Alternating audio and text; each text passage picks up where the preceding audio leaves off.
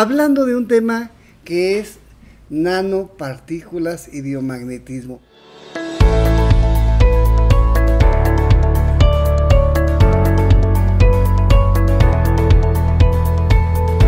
Bienvenidos a Biomagnetismo Holístico Radio y TV, conducido por el licenciado Jorge Tapia Márquez. Es un tema que va más a profundidad, Pati.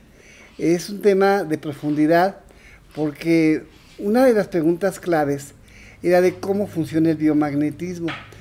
Yo recuerdo que el doctor Isaac Goy Durán, cuando hacía sus cursos, que con cientos de personas, así muchísima gente, se hacía acompañar de la doctora Esther del Río para dar un fundamento de por qué los campos magnéticos actúan sobre el cuerpo humano, Pati. ¿Por qué hacen lo que hacen? Pues como que hemos tenido en otras ocasiones así una mirada hacia el pasado y hablamos luego con frecuencia cómo se originó todo esto, que no es una técnica reciente, que va avanzando y que cada vez se van encontrando pues nuevas aplicaciones o precisamente conceptos que permiten seguir sustentando porque funciona, ¿no? Y los resultados que obtenemos. En vez de que suceda lo contrario, que digan que con el tiempo se ha ido viendo que el biomagnetismo no funciona, que el biomagnetismo tiene problemas. Al contrario, vamos viendo que la tecnología y la nueva ciencia está avalando lo que hacemos, lo que hace el biomagnetismo, Pati. Así es. Y hablar de este tema me gustó muchísimo porque así como hablamos de el universo, de este macrocosmos que es en nuestro organismo y a la vez los microsistemas, ¿verdad? Que reflejan lo que está pasando en todo el organismo, pues el tema va también así de lo muy, muy interesante hasta las partículas más pequeñas. Y aquí ya no vamos a tener tampoco ninguna sorpresa en el sentido de pensar que esto no tiene ningún fundamento científico, porque estas nanopartículas han sido descubiertas y creadas además por el hombre. Independientemente de su descubrimiento, por ejemplo, desde mucho antes, el hecho de que supiéramos o no que el agua tenía hidrógeno y oxígeno, dos moléculas de hidrógeno y uno de oxígeno, antes de que el hombre lo supiera, el agua era útil, el agua servía para tomar, el agua era para la vida, independientemente de que se descubra o no, que oxígeno y hidrógeno igualmente sucede con una gran cantidad de temas, los rayos del sol, la ultravioleta. El sol de todas maneras calentaba desde la época prehistórica. Así es. Y no tiene nada que ver, pero ahora estamos utilizando, dándonos cuenta de que lo que hacíamos de una manera, de alguna forma, pues intuitiva, de una forma, pues no sabíamos por qué, pero lo aplicábamos, como nos decía Hipócrates de Cos. Lo importante es que el cuerpo reaccione. Nos damos cuenta que así es. El cuerpo es el que reacciona ante los campos magnéticos. Así no, es. No qué hace el campo magnético, sino qué es lo que hace el cuerpo ante el impacto del campo magnético y el impacto de cada uno de estas nanopartículas. Sí, y además de que cómo ha ido evolucionando y cómo ha ido modificándose también muchos otros conceptos tomados de la biología, de la bioquímica del cuerpo humano. Así y esto es porque, pues, creo yo que en nuestra época nos enseñaron que había aparatos y sistemas, los aprendimos así como que por hojas separadas, no nos enseñaron a integrarlos como todo un sistema, y que había reacciones y que estábamos conformados también como la Tierra en esa similitud, que era materia sólida y pues como que fluidos, o nos decían de plano pues por agua, pero ya se fue descubriendo que no nada más es agua, así de que pues ahí tenemos agua en el cuerpo como plantas. 2 litros de agua, 5 Sí. litros de agua. No, ya también está completamente demostrado que ese fluido o esa agua que nos conforma no solo tiene la posibilidad de adaptarnos, de de adaptarse a diferentes medios, va guardando también información, claro, y eso ya lo va haciendo pues un fluido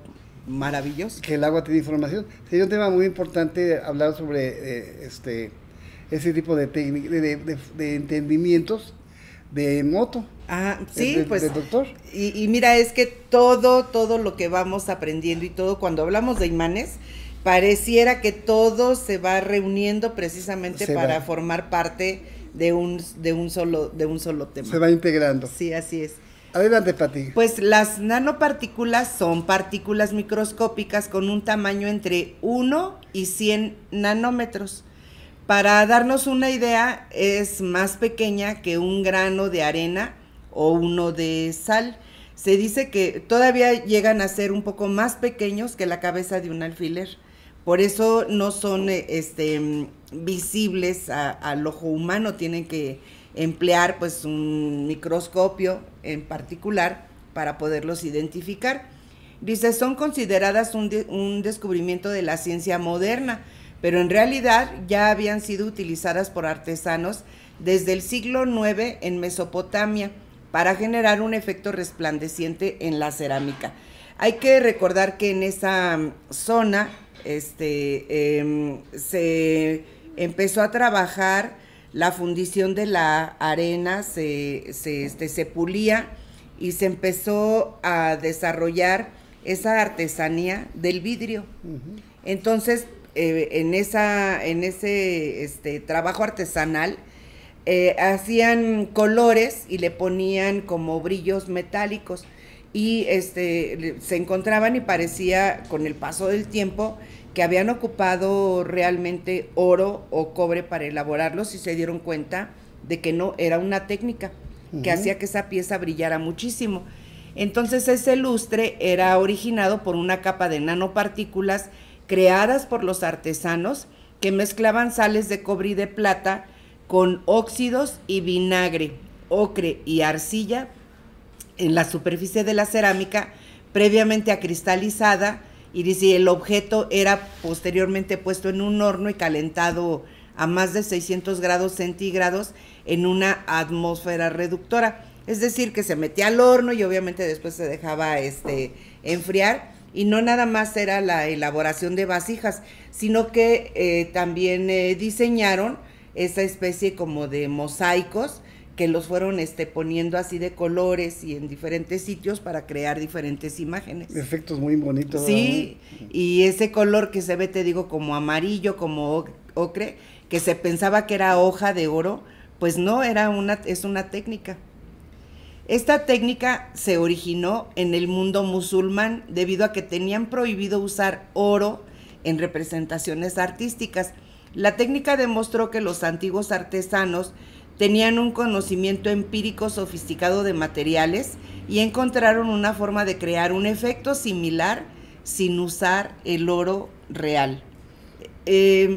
Faraday dio la primera descripción con el paso del tiempo en términos científicos de las propiedades ópticas de metales en escala nanométrica. Son entonces partículas tan pequeñas que una vez que se van uniendo van a dar cierto efecto.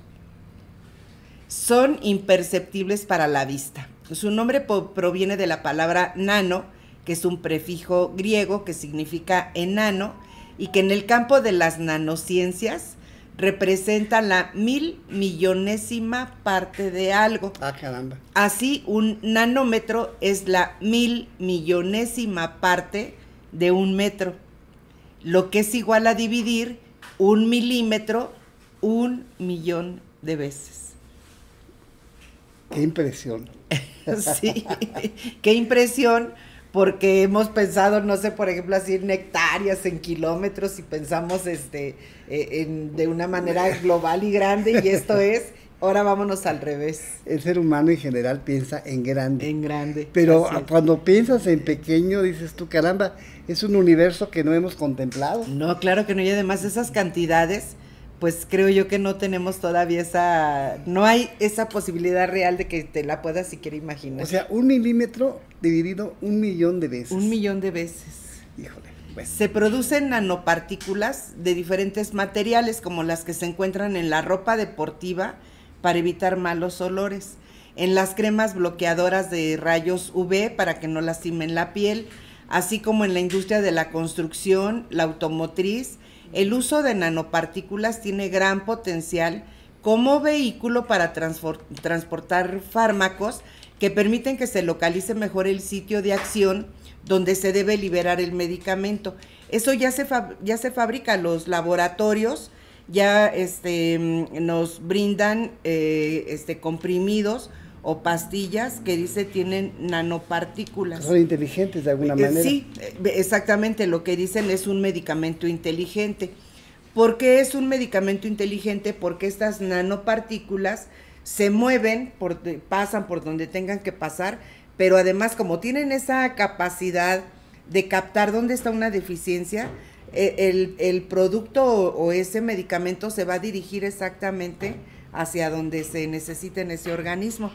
Entonces, están haciendo ahorita ya los laboratorios medicamentos con nanopartículas precisamente para atender el cáncer. Entonces, así la quimioterapia ya no va a ser tan agresiva y va a ir única y exclusivamente al sitio donde están las células malignas. Ojalá. Sí, así es. Gracias a su tamaño pueden incorporar sustancias que facilitan el reconocimiento de las células y los tejidos. Las nanopartículas se han ligado a agentes antimicrobianos, antibióticos, antimicóticos, antiparasitarios, antivirales, antisépticos. Dice que es el vehículo que los transporta. Pueden ser promotoras del crecimiento óseo al permitir la regeneración de huesos. Se han elaborado gasas para quemaduras serias o heridas graves y que tienen esas nanopartículas de plata que mejoran la eficiencia contra 150 tipos de microbios. En trabajos de restauración dental, endodoncias, incrustaciones de porcelana, se emplea un adhesivo con nanopartículas de silicio, cuya función es formar uniones muy fuertes entre el esmalte y las coronas. Entonces, estas nanopartículas se han utilizado, por ejemplo, en estas gasas o en esos famosos parches que se aplican cuando hay heridas que están abiertas, que tienen ya mucho tiempo, que de ninguna manera han cerrado, y el parche poco a poco, así como va desinfectando, va cerrando la herida porque están elaborados precisamente con esas nanopartículas. Muy bien. Un prototipo de nanopartícula de naturaleza semisólida es el liposoma, que se usan como sistemas de entrega para medicamentos y vacunas contra el cáncer. Igualmente se han identificado algunos tipos de nanopartículas con propiedades antioxidantes. En el campo de la cosmética se usan lociones limpiadoras, pintalabios, tratamientos antiarrugas, sombras de ojos, acondicionadores para el pelo, maquillajes, incluso en productos para repeler insectos y en desinfectantes. Vamos al súper a hacer una compra y para nosotros ya es fácil, así como que estirar la mano y dices, me llevo este líquido para el piso que tiene nanopartículas. Quizás ni siquiera, como te digo, tenemos esa información como para darnos cuenta de lo que estamos pagando. Qué impresionante. Sí, así es. Hay muchos productos cosméticos que incluyen, por ejemplo, las cremas con nanopartículas que van a tener una función muy directa sobre las líneas de expresión o las arrugas, desodorantes. Bueno, hay una gran cantidad de productos. Estas nanopartículas se emplean obviamente en la nanotecnología y se van a elaborar se fabrican de muchos materiales para muchas áreas, como pueden ser la energía en cuanto a la medicina y los medicamentos, en cuanto a los dispositivos, el iPad, los iPhone, estos aparatos que ahora se están utilizando como vías de comunicación, pero que hacen maravillas, ya están elaborados con estas nanopartículas. en la ingeniería óptica para defensa y seguridad, porque se forman unos escudos de unas telas que parecieran impenetrables.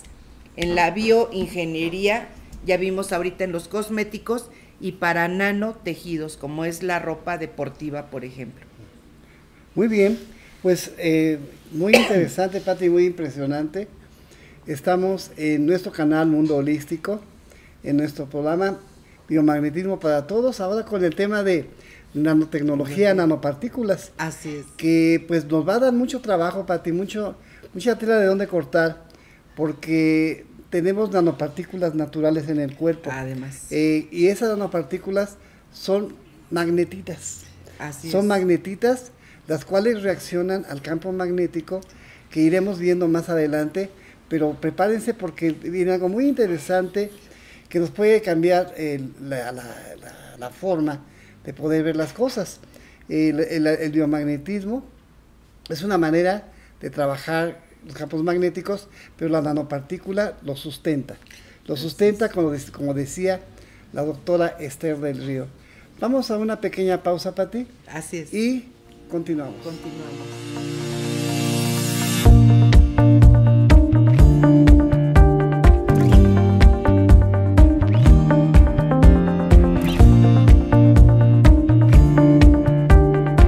Estuviste en Biomagnetismo Holístico Radio y TV, conducido por el doctor honoris causa Jorge Tapia Márquez. Gracias y hasta la próxima.